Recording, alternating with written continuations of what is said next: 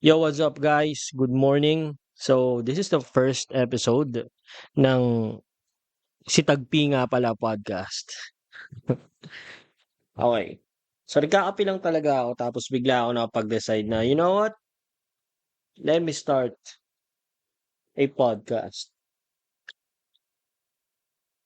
Mhm. Ano ba?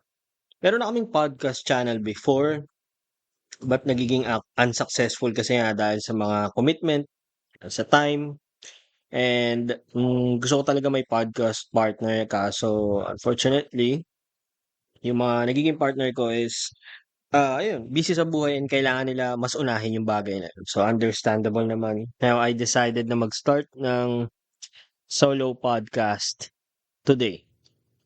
Nagkakape lang talaga ako tapos bigla akong nakapag-decide na biglang mag-podcast na lang, ewan ko. Siguro kasi wala akong makausap, walang mapaglabasan ng thoughts, mga comment sa mga bagay-bagay, mga BS na nangyayari sa paligid, sobra, alam mo yun, sobra-sobra na, kailangan mo na sabihin.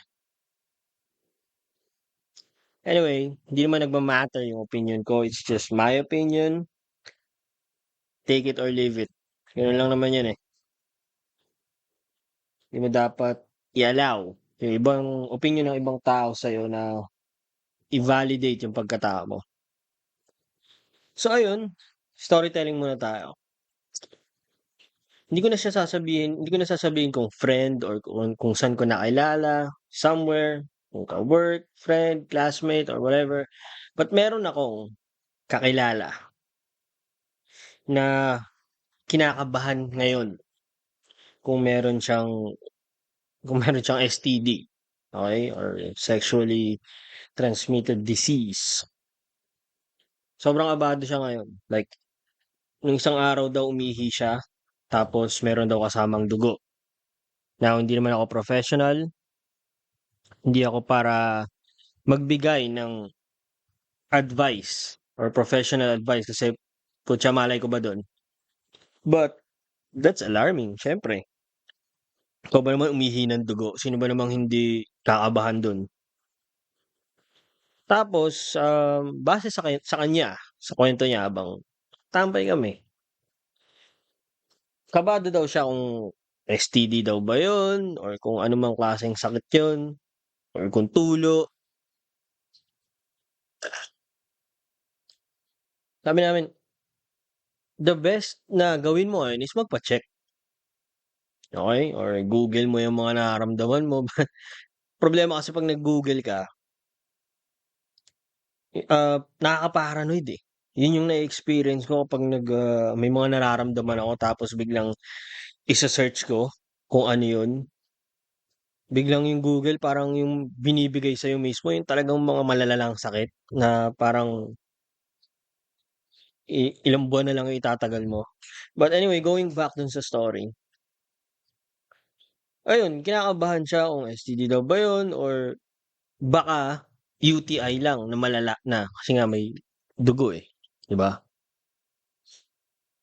Tawa kami ng tawa sa kanya kasi kinakabahan siya kapagka nagpa-check daw siya kasi sabi niya marami na daw siyang body count. Ewan ko kung alam niyo na ibig sabihin nun, okey? Body count means yung mga uso ngayon yung red line na yan. Tapos, kabado siya kung baka 'pag nagpa-check siya tapos kasama niya yung partner niya, i-confirm sa kanya ng doktor na meron nga daw siyang STD.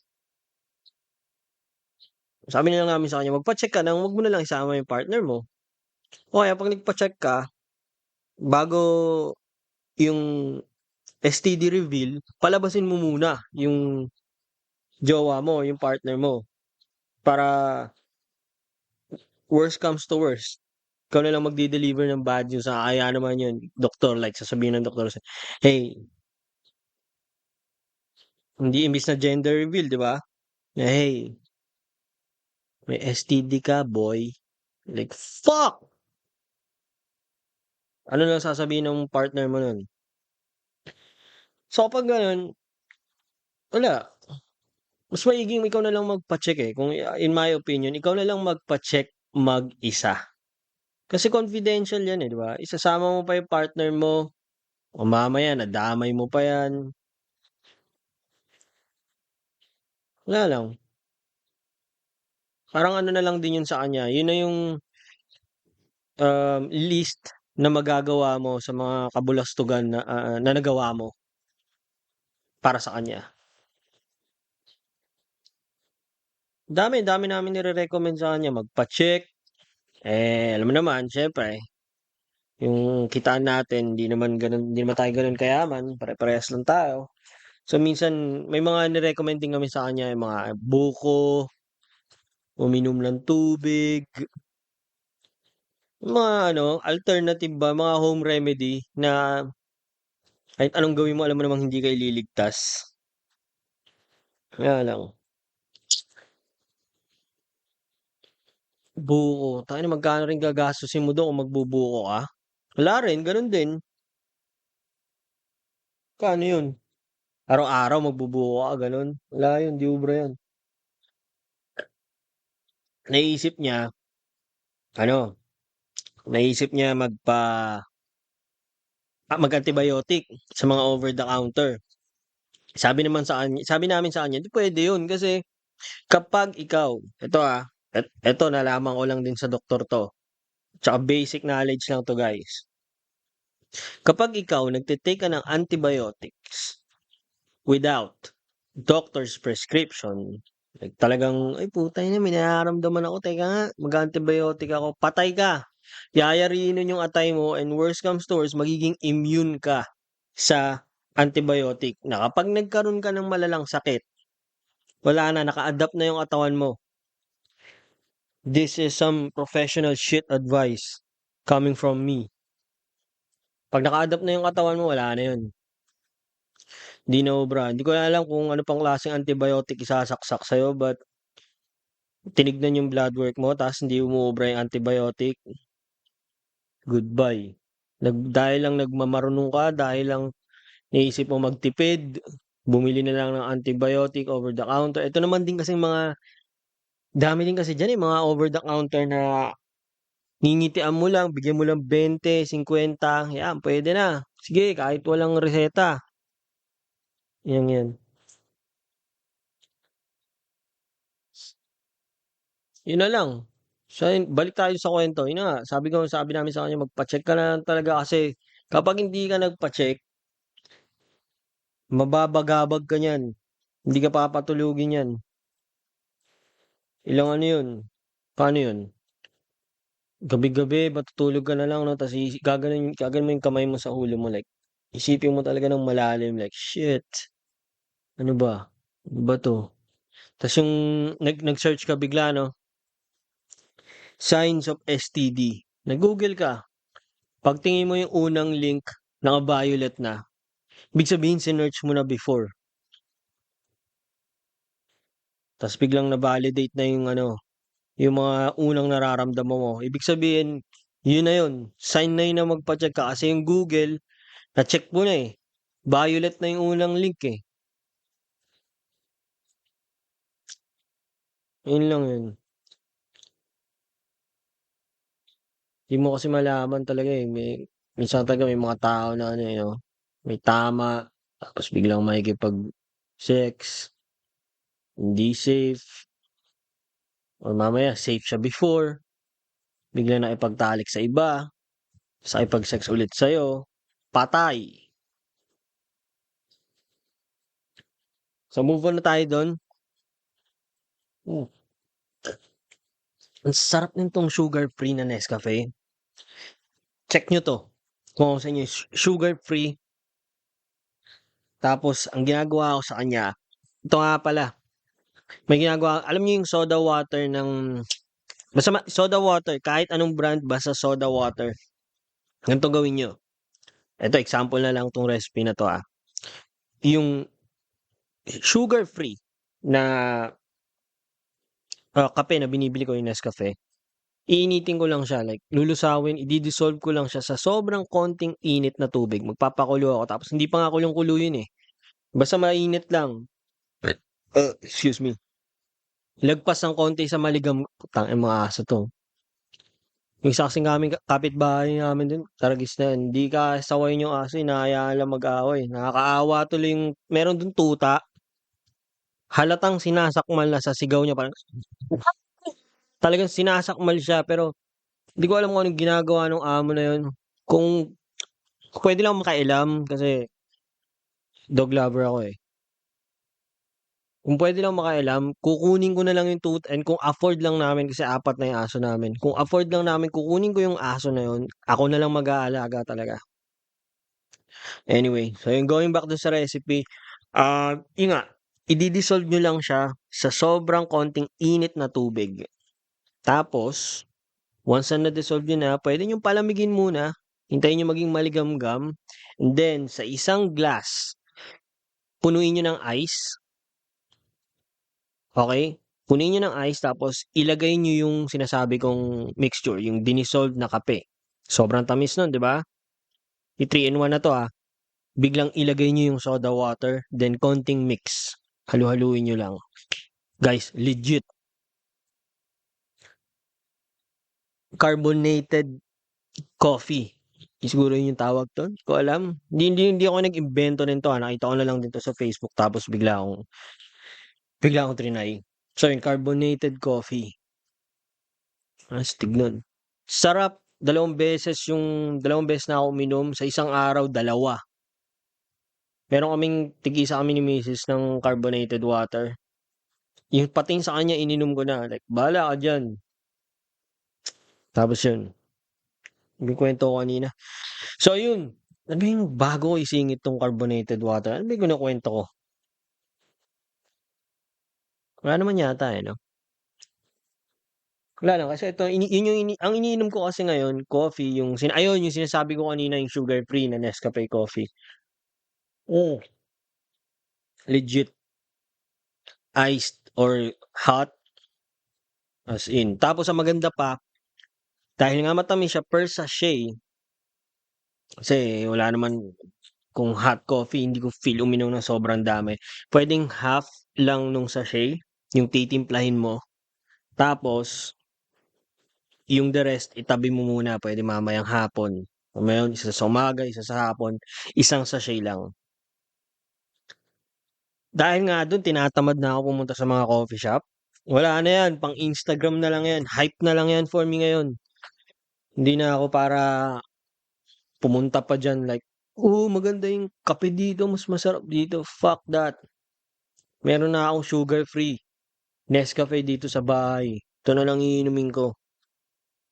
Bibili lang ako ng sago, lagyan ko lang ng sago yan, meron na rin ako nung nasa coffee shop na yan.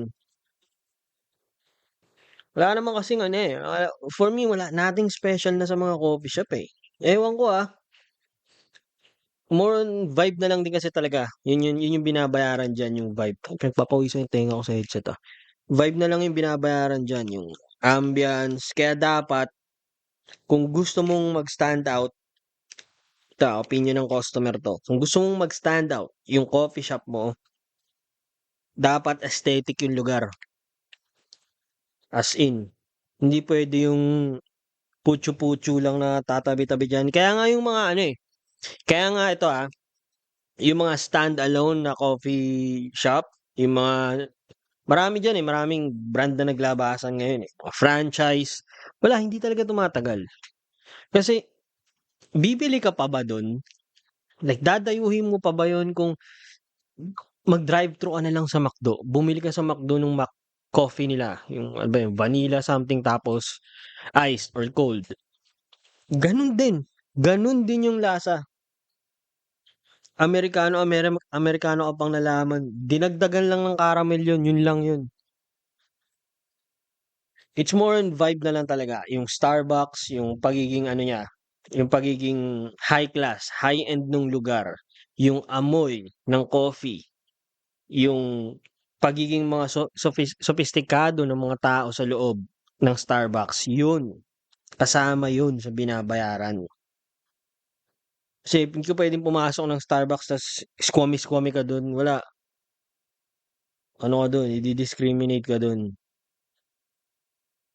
Parang ako, hindi ko alam kung ano hanggang ngayon, hindi ko alam kung paano umorder sa Starbucks. Nakakapag-Starbucks na ako 'pag may manlilibre sa'kin, tapos 'pag tinanong niya ako, "Ano sa'yo?" "Ikaw bahala." Yun na yung sagot ko kasi hindi ko alam yung o-orderin. May mga paano ba yan, ano ba yun? Basta may mga sinasabi pa diyan, eh, mga Gen Z na 'to, eh.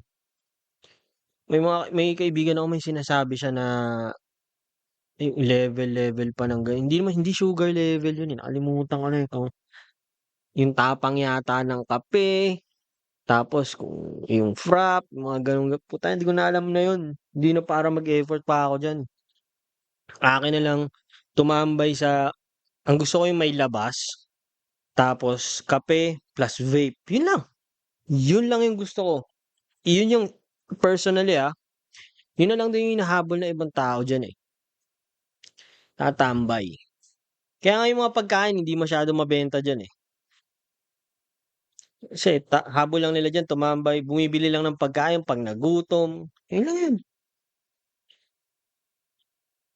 Hmm, kaya kung may opportunity ka sa bahay, magtimpla ng sarili mong kape, sa bahay ka na lang. Ayun, ta's eto nga pala sa internet, umuuso ngayon yung ano, ewan ko kung kilala niyo si Nick Fuentes. Ano 'to, vlogger, content creator, American. Yung Why I Hate Black People yata yun, di ko alam. Basta, ito yung kagandahan ngayon, ito yung napapansin ko, parang hindi ako eligible para magsalita ng sobra-sobra about sa topic na 'to. Pero ang napapansin ko, itong mid-2025, nagiging less na yung pagiging big deal about race. Yung Black Lives Matter, pumutok yan ng pandemic, 'di ba? Dahil nga dun kay George Floyd. Boom! Talagang legit. Pero at the same time kasi, in my experience kasi nagbabarko pa ako nun, eh, nung mga panahon na yun. Patapos na yung pagbabarko ko nun. And guys, hindi ako racist, okey? Kupal ako. I could be sometimes be an asshole, but hindi ako racist. Pero mas naka-experience pa ako ng racism sa mga black kesa sa mga whites. Obviously, I'm an Asian guy, 'di ba? Pero yung na-experience ko na racism sa mga black, mga Caribbean, yung mga kasama ko sa barko yung mga Black American, like kung pagtawanan nila yung Asian talaga, like parang mas mababang klase ng animal ka, parang gano'n. I mean, wala naman na akong grudge sa mga yun. Ang naiisip ko na lang kaya sila gano'n kasi ang tingin nila sa sarili nila, mas mababa sila sa white and ayaw na nilang mas bababa pa sa kanila or mas may tataas pa sa kanila. Para sa kanila, um, culture tinuro kasi sa kanila na Asian people like parang mas mababa yan sa inyo. Aminin na natin yun guys, may gano'n talaga. Meron nga akong napanood sa YouTube na Chinese, vlogger siya. YouTube shorts yun, eh. Nasa podcast yata siya like by default, nung bata pa daw sa kanila, Chinese 'to, tinuro daw sa kanila or pinapalaki daw sila sa kultura ng China na hindi ko hindi ko alam kung anong province 'to, hindi ko na kailangan maging specific but sabi niya na babae 'to. Sila daw yung highest form ng Asian. The rest ng Asian mas mababa sa kanila, right? So biro mo, Asian country na yun, Asia, pare-parehas tayo Asian. May level pa talaga, 'di ba? Well, gano'n talaga. Natin maiiwasan 'yan, eh. Hierarchy, talagang nandiyan na 'yan, thousands of years. Siguro mga hindi pa tayo fully formed na human, may ganyan na, siguro. Ang nakakabwisit na lang dito kasi yung mga ano, hypocrite online. Well, nagre-release lang din man sila ng opinion and meron silang agenda, meron silang motives, kaya ganyan.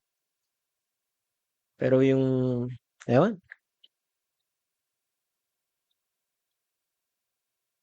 against ay hindi ako against, sorry. Sobrang gusto ko yung sinabi nung Nick Fuentes na yun, eh.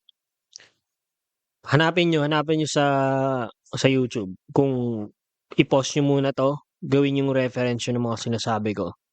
Eto papaikliin ko lang yung version ng sa'kin na hindi siya racist, kagaya nung sinasabi ko sa'kin, hindi rin ako racist, siya hindi rin daw siya racist. I just hate black people na asshole. And based on numbers, based on crimes talaga naman. Hindi malaman kung genetics na ba yung pagiging asshole nila or ano nga ba, culture ba, bakit gano'n na lagi sila mare-relate sila, eh, hindi maiiwasang ma-relate sila sa crime, eh, alam mo 'yun? Pati sa rap culture nila normal lang yung ano, eh, I mean nakikinig ako ng mga rap music, gustong-gusto ko yung mga rap music sa totoo lang. Pero hindi mo puwede gawing excuse 'yun para maging gano'n ka na bayolente, baril, hold up, snatcher, magnanakaw. Statistically, mas mataas yung black, eh, na gumagawa ng gano'n. It's not about ano, eh, racism, eh. Yes, merong race na involved pero hindi hindi kagaya ko na na binabanggit ko, hindi ibig sabihin nun na racist ako, eh. Yun yung obvious, eh, yun yung parang general na nangyayari talaga na observable, na talaga namang kawatan, alam mo yun? So sa yun nga sabi niya, hindi siya racist but against siya sa mga black people na ganyan, na hindi mo mararamdamang safe kapag nandiyan sila. Na ayaw niya mapunta sa black neighborhood kasi totoo naman, eh. Totoo naman na kapag napunta ka sa black neighborhood, most of the time talaga magulo, may chaos. Experience ko pa lang, eh. Kabina lang 'yun sa barko. Ano talaga, ang ginagawa talaga sa barko, ito, hindi nila sinasabi 'to but obvious naman, as much as possible hindi nila pinagsasama yung Asian sa mga Western people. Ang madalas magkasama sa kabina niyan, sa Royal Caribbean, um, Filipino, Indian, Filipino, Indonesian, or Filipino to Filipino, gano'n. Hangga't maaari gano'n yung mga pinagsasama nila. Tapos yang mga Jamaican, 'yan, madalas isama 'yan sa mga Caribbean din. Like, Mexican, Spanish, yeah, Mexico yung mga ano dun, eh, dun yung mga nagtatrabaho dun, mga Mexican. Tapos, yung mga American dun, iba sila, eh, hindi sila sa hotel department, eh, but mga performer sila. So, I don't think kasama sila sa hindi, meron din pala kasama before. But ayun, gano'n yung haluan nila. Hangga't maaari yung mga white pinagsasama nila, white to white, mga ganyan. Or white tapos Mexican, gano'n. Para siyempre siguro iwasan na rin yung issue, yung differences ng mga culture and race, iniiwasan na lang din nila yun. Hindi naman natin mabe-blame. But ayun nga, going back sa kuwento ko, napunta ako sa, um, corridor na puro mga black, like mga ano talaga, Jamaican, legit na mga Jamaican talaga. And guys, grabe. Ang ito naman kasi, kaya ako naka-survive dun, hindi rin nagtagal yung kakabina ko na Jamaican, lumipat din yun. As in lumipat siya lalo na't nag-end contract na yung mga ka-corridor namin na mga Jamaican din. Kasi ganito yung nangyari, ganito yung style nila, every night, bihira yan sila lumagpas, but every night meron silang inuman party, bubuksan yung kabina nung isa, magsa-sound trip yung kabina ko, gusto niya, nakabukas lang din. Kasi para mabilis siya makalabas-pasok, punta sa kabilang kabina, inom. Tambay dito, babalik sa kabina, manonood ng TV. Alam mo yung parang ginagawang normal na bahay lang nila? Gano'n din tayo minsan, mga Pilipino may gano'n ding style, eh. 'Di 'yun, ta ang ingay talaga nung aso kanina pa 'yun, ah. Hindi ko alam kung naririnig niyo. Teka titignan ko nga. Okey, mukhang hindi naman mukhang active naman yung noise cancelling tool nito, but anyway, so 'yun, hindi ako nakatagal talaga, nagsalita ako. Kasi hindi ko kinakagat yung mga gano'ng klaseng bullshit, eh, like hindi ko hinahayaan na kahit sabihin nating mas malaki ang mga 'yan, mas, mas maliit ako. One thing is for sure, like kapag worst comes to worst,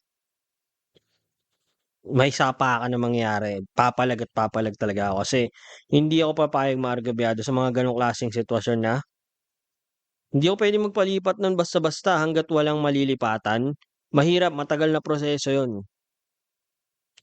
Kaysa maging pusi na lang ako dun and mag-complain and i-ano ko na lang sa sarili ko.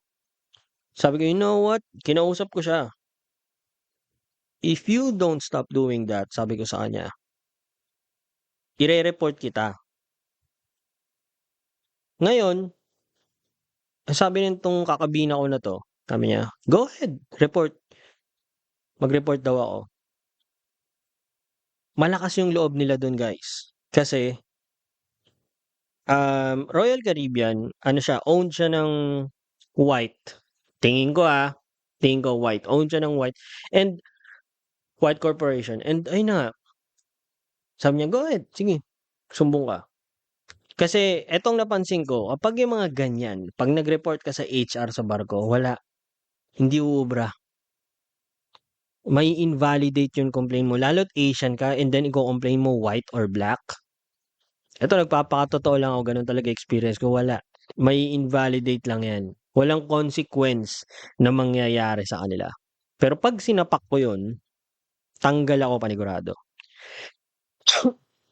Eto pa isa sa kanila, yung mga 'yan, yung mga black na 'yan, they only have big mouths, most of them or some of them. Sabi kasi iba diyan 'pag sinapak ka tulog ka talaga, eh, but yung natiyempuhan ko, and yung mga ka-koridor niya, ka-koridor namin, malaki lang yung bunganga, madaldal lang, iyakin lang, pero 'pag nakita nilang nananakit ka talaga, like legit napapalag ka, wala, uurong yung bayag niyang mga 'yan sa'yo.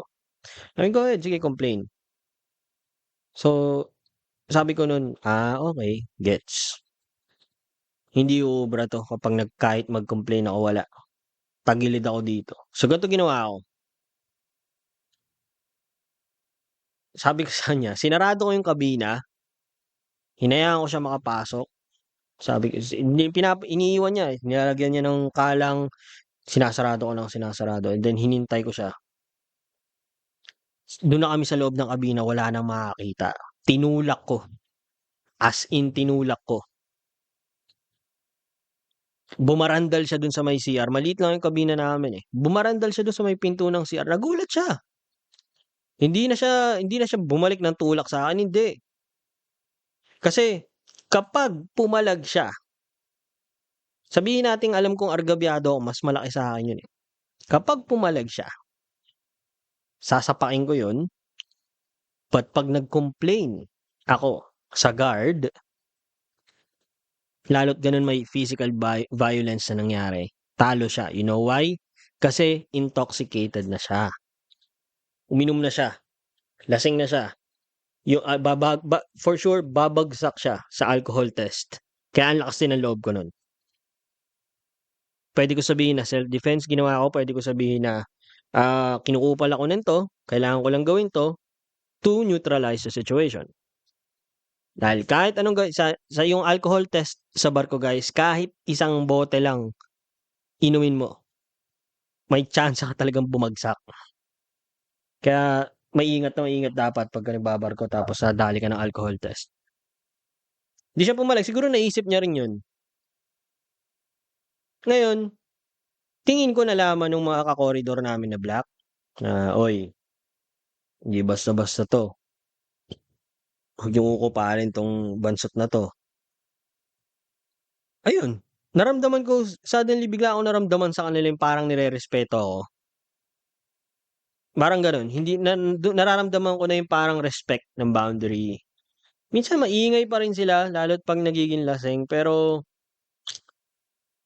ano pa rin sila, eh, mga complainer pa rin talaga, iyakin but hindi na wala na silang direct ano sa'kin na parang sinasabihan ko na kasi pumapalag na kasi ako, eh.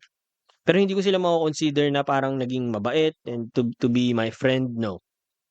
Para sa kanila ano sila-sila lang yung paisano, sila-sila lang yung magkakabati, gano'n gano'n yung kultura nila, doon. So yun, hindi nagtagal lumipat din yun. Kasi wala, eh, kailangan niya mag-behave sa'kin, eh, kasi dalawa lang puwedeng mangyari diyan, eh, o isa lang pala puwedeng mangyari, 'pag nagkupal siya, dalawa kami uuwi and kailangan niya rin ng trabaho. Kasi sa Jamaica, mahirap din talaga sila. Hindi sa pag-aano pero 'pag ako umuwi dito sa Pilipinas makakahanap pa ako trabaho, pero sila dun wala. Ano sila dun parang normal lang sa kanila maging mahirap, talagang mahirap. Hindi normal na I mean common yung pagiging mahirap din kaya kasi ang hirap maghanap ng trabaho, magkaroon ka man pero hindi nun masu-sustain ng gusto mong lifestyle, yung gano'n. So yun, yun lang yung experience ko na-i-share ko lang bigla dahil nga dito, na parang inaano ngayon ginigisa ngayon si Nick Fuentes dahil dun sa sinabi niya. But guys, totoo lang yun real talk lang talaga yung ginawa niya na yun, okey? And surprisingly, ay actually hindi na nga nakaka-surprise, ang daming black people na nag-a-agree sa kanya. Totoo naman kasi yung sinasabi niya about blacks. And marami ding black people na nag-a-agree dun sa kung Eric yung pangalan nun, eh, somewhere sa Arkansas. Gumawa sila ng white only na community. Hindi yata lalagpas sa ngayon, hindi yata lalagpas ng 500 or 100 yung population nila. But gumawa sila ng community na whites only. Exclusively white lang talaga. No blacks, no Jew, no gay, dun din inano nila. Tsaka for sure no Asian or no brown. Whites only. Alam mo yun? But nung yung napanood ko yung interview ng Hodge Twins kay nakalimutan ko lang talaga yung apelyido niya, but yung Eric yun yung head nung private private corp yun yung sinasabi niya, eh, "We're privately owned," gano'n yung sinasabi niya. Hindi mo mararamdaman sa kanya na or hindi niya goal pabagsakin yung ibang race. They just want to preserve their own. As simple as that. Yun lang. They just want to preserve their own. Masyadong ano 'to, eh, masyadong malalim 'tong topic na 'to. Masyadong controversial kung ako'y tatanungin, alam mo yun? Hindi na ako para magsalita pa diyan. For me, I'm not knowledgeable enough for that. So, hayaan na lang muna natin sila mag-deal diyan, alam mo yun? Dun lang tayo sa kahit papaano related tayo. So yun, meron naman dito sa atin, Bisaya versus Tagalog. Eto, nakakatawa 'to. Bisaya versus Tagalog sa Facebook ko nakikita 'to, eh.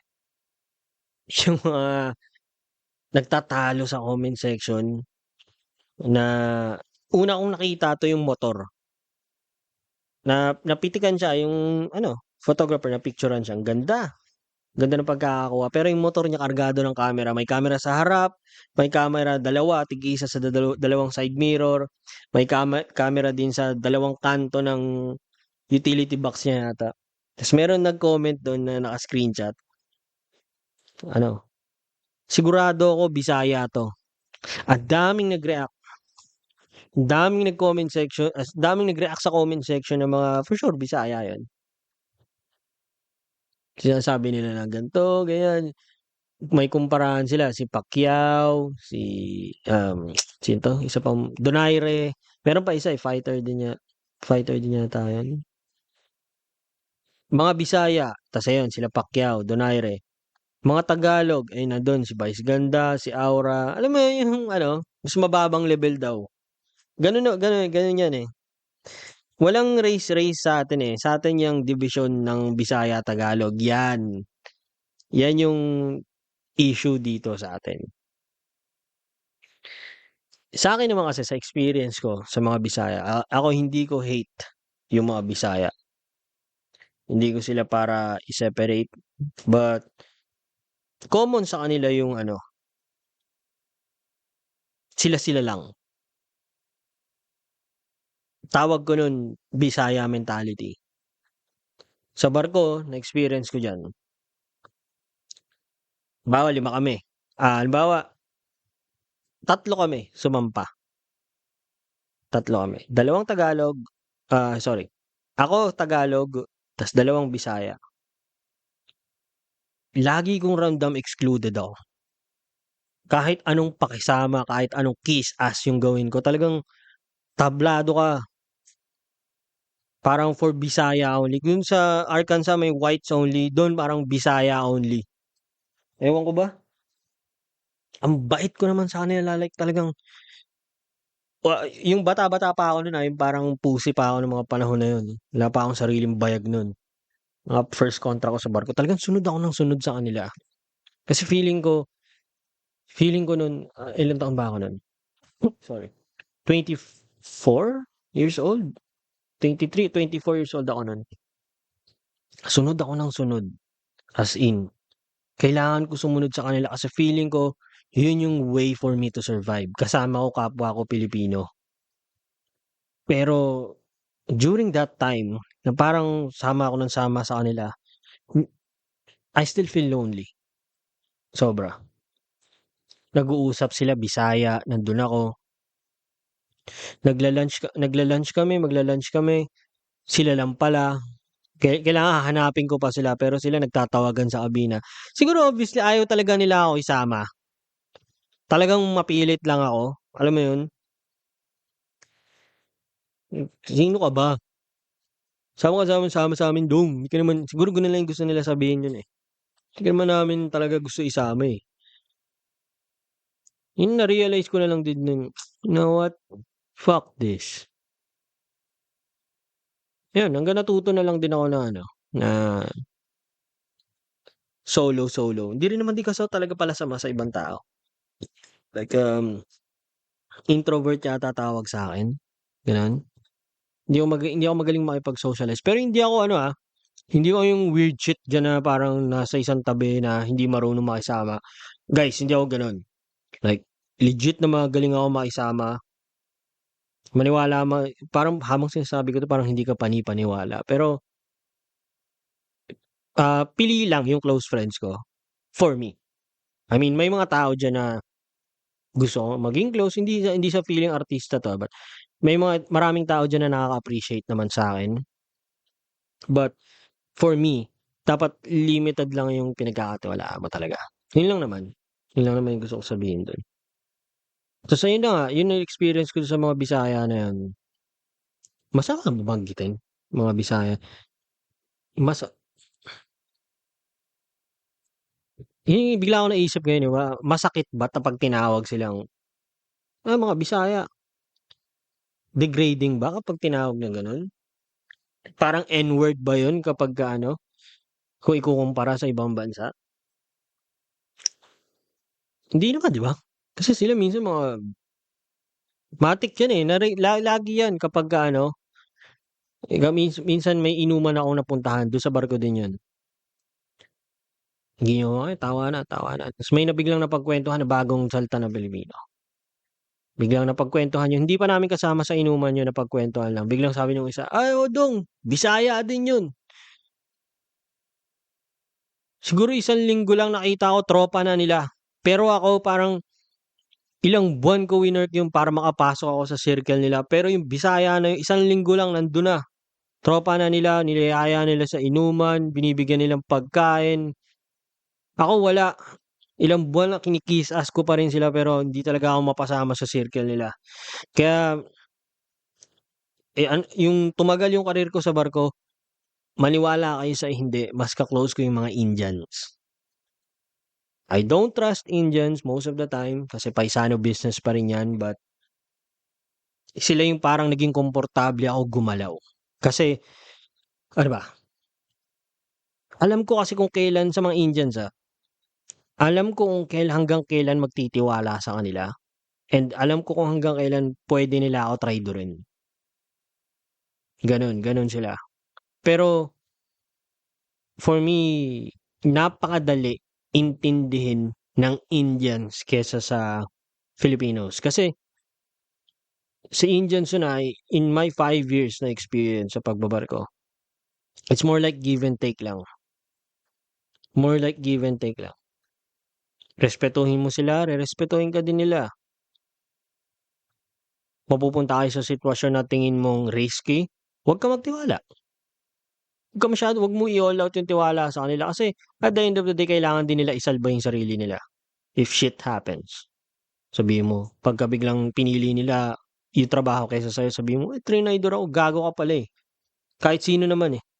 Unahin yung sarili, unahin yung pamilya yan. But Filipinos, wala. Yung experience ko sa kanila, kasi marami din kasing ano eh. Sorry, maraming Filipino rin na nagbarko, but wala. Lalo yung inuman culture, tas iimbitahan sa kami, gustong-gusto ng mga Pilipino yan talaga. Ng ano, walang respeto sa kabina. Hindi lahat ng Pilipino sinasabi ko dito, hindi lahat. May mga kagaya ko dun na weird shit din na, I mean, hindi naman weird, but introvert din na parang may boundary. Marunong rumespeto ng boundary. Pero marami din talaga dun na, lalo na yung mga mas matatanda sa mga millennial ng bahagya, talaga naman, invite kung invite kahit ikaw nandun ka na, tulog ka na. Tulog ka, kasi ang kabina dun double deck eh. Nauna ka na halimbawa. Partida ako pa yung nauna kasi ganito yan eh, kapag kung sino yung mauna dumating sa kabina, mas matagal na, siya yung parang mas konting authority. So nandun na ako sa baba, nakahiga na ako dun. Putya, maya-maya mga 1:00 ng madaling araw, may dadating na grupo, bubuksan yung ilaw, magtatawanan, mag-iinom, yung tawanan pala pigil, kasi alam nila may natutulog, pero ang dami nila dun, putragis na yan. Kaasar eh, wala lang, ang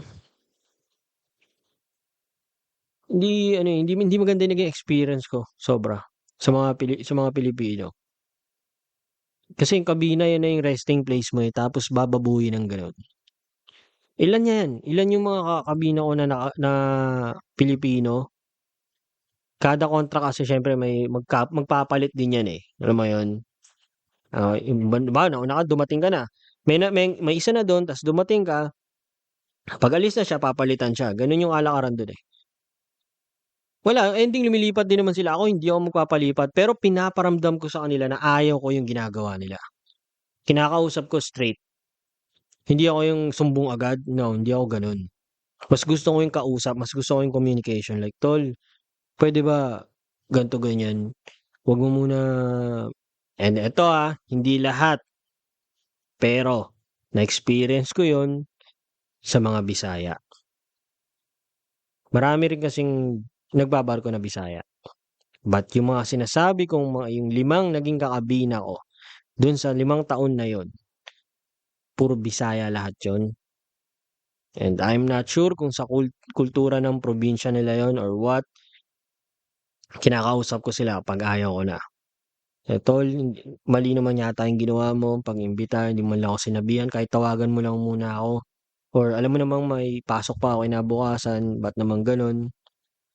Ito yung isa sa mga problema sa mga Pilipino, guys. Kapag kinausap mo ng gano'n, like honest, walang halong pambabastos, gano'n yung approach ko, kung paano ko sinabi sa'yo kanina, conversational. Hindi ko pa in-involve, dapat nga yung gano'n puwede mo isumbong sa HR yun, eh. Minamasama nila. Imbes na ma-appreciate na kinausap mo ng straight to the point, na hindi na tsinismis or whatsoever, minamasama pa nila, like, what the fuck? Kakalat yan, ilang beses yun kumalat yung pangalan ko dun, like, sensitive. Sensitive daw ako maging kakabina. Gago ka ba? Pahinga lang ang gusto ko. Kapag nauna kasi ako magpahinga na dun, gusto ko kasi siyempre pahinga, gabi na yun, eh. Siya rin naman kailangan na magpahinga, eh. Eh, yung mga naging kakabina ko na yun pumapasok ng kinabukasan lasing. Ako hindi ko kaya yun. Pero I respect yung birthdays naman. Okey, 'pag birthday, respeto kasi iniimbitahan din naman ako kahit naman ako hindi invite, okey lang din naman. Kasi birthday yun, eh. May mga exceptions, hindi ko sinabing kapagka tulog na ako bawal na. Siyempre kailangan equal rights pa rin yung magkakabina, but hindi mo 'pag sinabing equal rights may boundary and may respect. So yun, gano'n.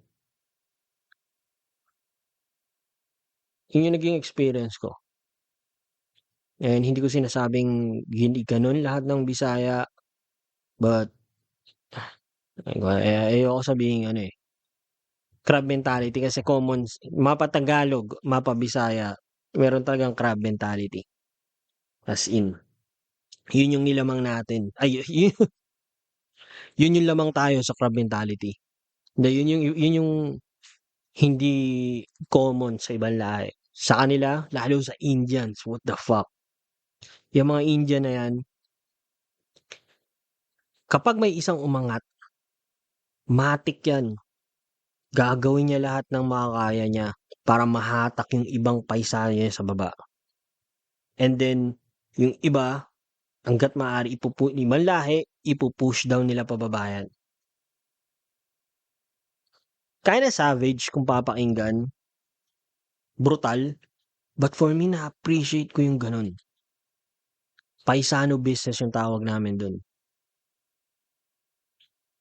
Sa Filipino hindi, eh. Filipino kapag umangat na yung isa, okey? 'Pag umangat na yung isa, diyan na yan. Like, okey, dito na ako. Sa mga inggit, gagawa ng paraan para hatakin ka pababa. Yung nasa taas naman, authority na yan, matik yan. Pulitika na. Like parang akala mo kung sinong bigati na kapag napunta na dun sa taas. Kung may tutulungan man yan, Bisaya lang din. Ayun, ang bilis, 47 minutes na, akalain mo yun? Wala sa plano 'tong mag-start ng podcast talaga. Si Tagpi nga pala, yun yung naisip kong biglang kanina lang din lumabas yan. Pangalan ng channel na 'to, si Tagpi nga pala. Kung merong si TPC nga pala, sa'kin si Tagpi nga pala. Si Tagpi, aso ko yun. Kahapon, meron dito nag-deliver ng tubig sa kabilang bahay. Tawag siya ng tawag, tao po. Siguro mga 15 to 20 minutes, maya't-maya, "Tao po, tao po." Yung mga aso pati sa ibang aso ng ibang bahay, tahol ng tahol. Kasi 'pag may nagtatao po, matik yan reaksyon ng aso tahol, eh.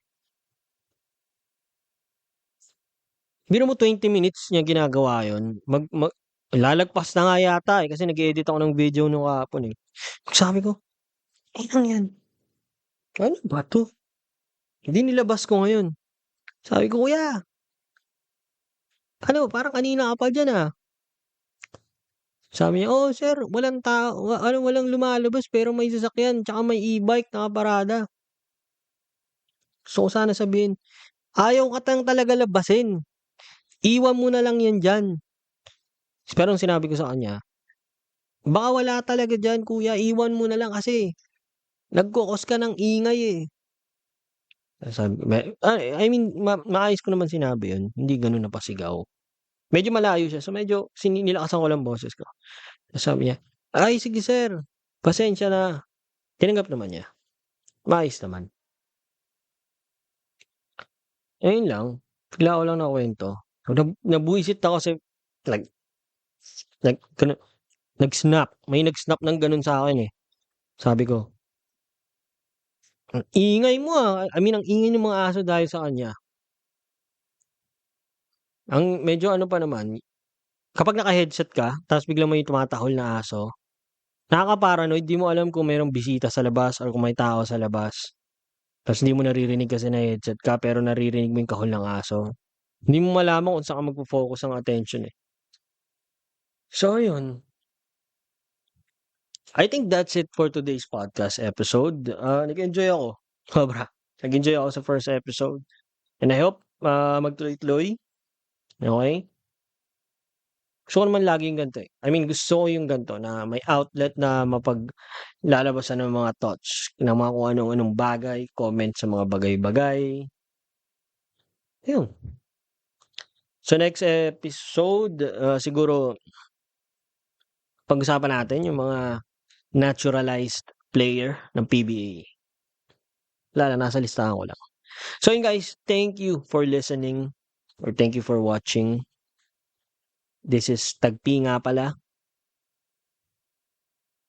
See you again next episode. Bye-bye.